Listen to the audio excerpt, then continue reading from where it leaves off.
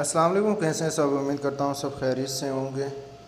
तो चलें next topic में। आज मैं आपको मेडिकेयर के पार्ट्स इन डिटेल में बता देता हूँ।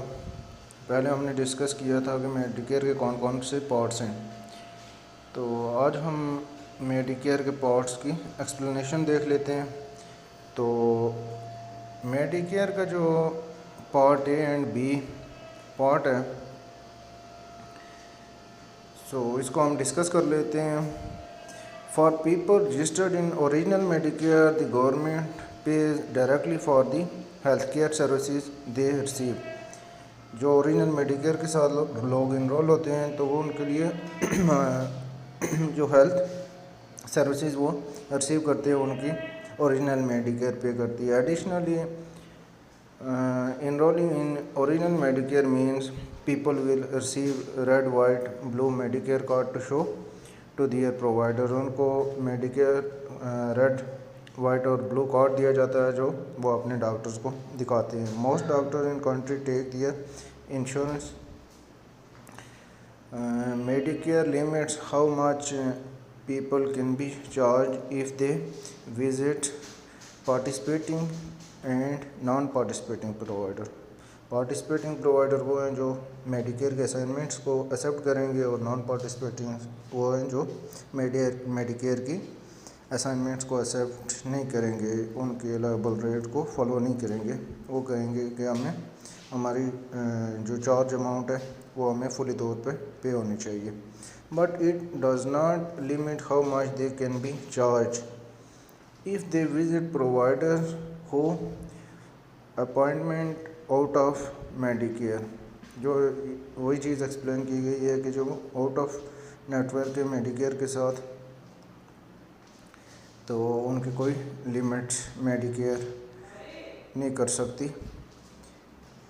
तो इसके बाद patient see a specialist without prior authorization. Prior authorization एक अप्रूवल होता है। बहुत सर्विसेज जो हैं वो अगर प्रोवाइडर के कॉन्ट्रैक्ट में नहीं है तो उसके लिए पहले कॉल करनी पड़ती है इंश्योरेंस को कि अगर ये प्रोवाइडर ये सर्विसेज देता है तो आप इसको पे करेंगे या नहीं करेंगे। तो अगर तो इंश्योरेंस अलाउ करती है तो वो एक ऑथराइजेशन नंबर देती है आपको, आपने वो क्लेम के साथ सबमिट करना होता है, और वो विज़िट की लिमिट भी बता सकती है आपको कि कितने विज़िट इस पेशेंट को अलाउ हैं अंडर दिस ऑथराइजेशन नंबर। तो patients are responsible for original Medicare cost sharing which में इंक्लूड प्रीमियम डिडक्टेबल एंड को इंश्योरेंसेस।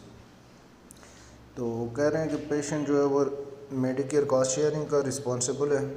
अब कॉस्ट शेयरिंग में आपका आ जाएगा प्रीमियम वो अमाउंट है जो मंथली बेस पे हर मंथ पेशेंट इंश्योरेंस को पे करता है अपनी इंश्योरेंस को एक्टिव रखने के लिए। अब डिडक्टेबल एक अमाउंट होती है जो पेशेंट इंश्योरेंस को एक साल के अंदर पेशेंट ने पे करनी होती है इंश्योरेंस को, और जब वो अपने डिडक्टेबल पे कर लेता है फुली तौर पर तो उसके बाद इंश्योरेंस जो है उसके क्लेम उस पेशेंट के क्लेम कवर करना शुरू कर देती है। अगर तो डिडक्टेबल मेट नहीं है उस पेशेंट का तो इंश्योरेंस जो क्लेम है पेशेंट के वो डिडक्टेबल में प्रोसेस करेगी, और डिडक्टेबल जो है वो पेशेंट पे करेगा। मीन टू से कि हम वो अमाउंट पेशेंट को बिल करेंगे और पेशेंट वो अमाउंट प्रोवाइडर को पे करेगा।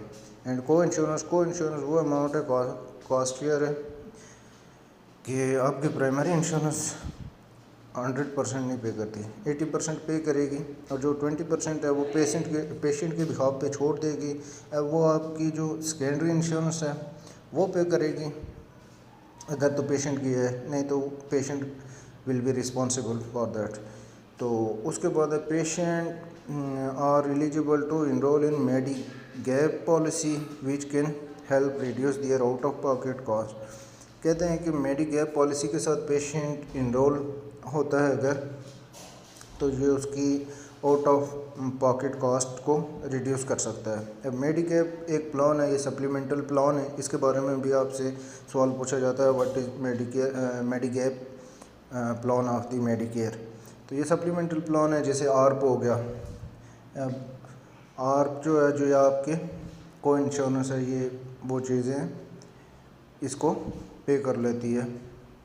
कॉपी वगैरह भी बाज़ टाइम आपकी और पे कर देती है अगर मेडिकेयर उसको प्रोसेस करती है तो।